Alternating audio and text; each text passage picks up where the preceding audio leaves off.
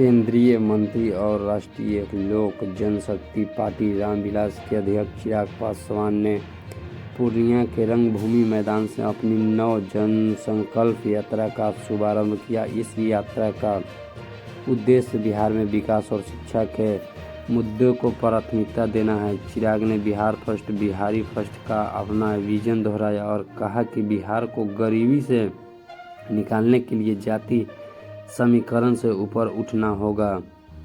केंद्रीय मंत्री और राष्ट्रीय लोक जनशक्ति पार्टी रामविलास के राष्ट्रीय अध्यक्ष चिराग पासवान ने आज पूर्णिया के ऐतिहासिक रंगभूमि मैदान से अपनी 9 संकल्प यात्रा का बिगुल फूंक दिया है।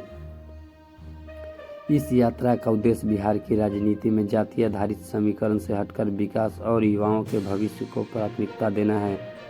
पूर्णिया के कोसी सीमांचल क्षेत्र से आए हजारों कार्यकर्ताओं ने समर्थकों ने चिराग पासवान का स्वागत किया, जिससे साफ संकेत मिला कि इस क्षेत्र में उनकी पकड़ मजबूत हो रही है।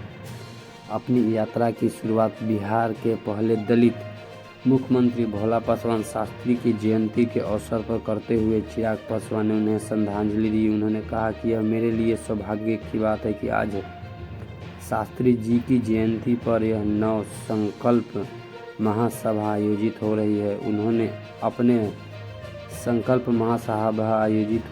उन्होंने अपने vision Bihar first, Bihari first को दोहराया और जोर देकर कहा कि अगर बिहार को गरीबी और पिछड़ेपन से बाहर निकालना है तो हमें भारतीय समीकरण को जोड़कर विकास और शिक्षा पर केंद्रित करना होगा।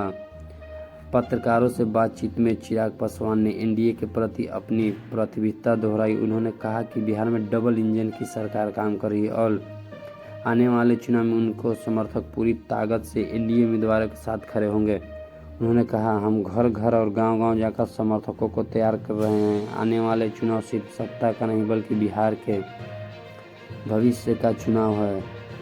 रंगभूमि मैदान में जुटी विशाल भीड़ को संबोधित करते हुए चिराग पासवान ने विपक्ष पर तीखा हमला बोला। उन्होंने विपक्ष के पारंपरिक एमओआई मुस्लिम यादव समीकरण पर कटाक्ष करते हुए कहा, विपक्ष एमओआई समीकरण की बात करता है लेकिन मैं भी एमओआई समीकरण लेकर चला हूँ। मेरे लिए एम का मतलब महिला और वाई का मतलब युवा है। इस नए समीकरण की घोषणा पर भीड़ ने जोरदार तालियों से बजाकर उनका समर्थन किया। विपक्ष का नाम लिए बगैर उन्होंने आरोप लगाया कि विपक्ष कुछ नेता नहीं चाहते कि बिहार के लोग शिक्षित हो, क्योंकि वे जानते हैं कि शिक्षित युवा सवाल पूछेंगे। उन्होंने कहा कि ऐसे नेता चाहते हैं कि युवा रोजगार के लिए पलायन करे और सिर्फ बुजुर्गों के वोट पर राजनीति करे।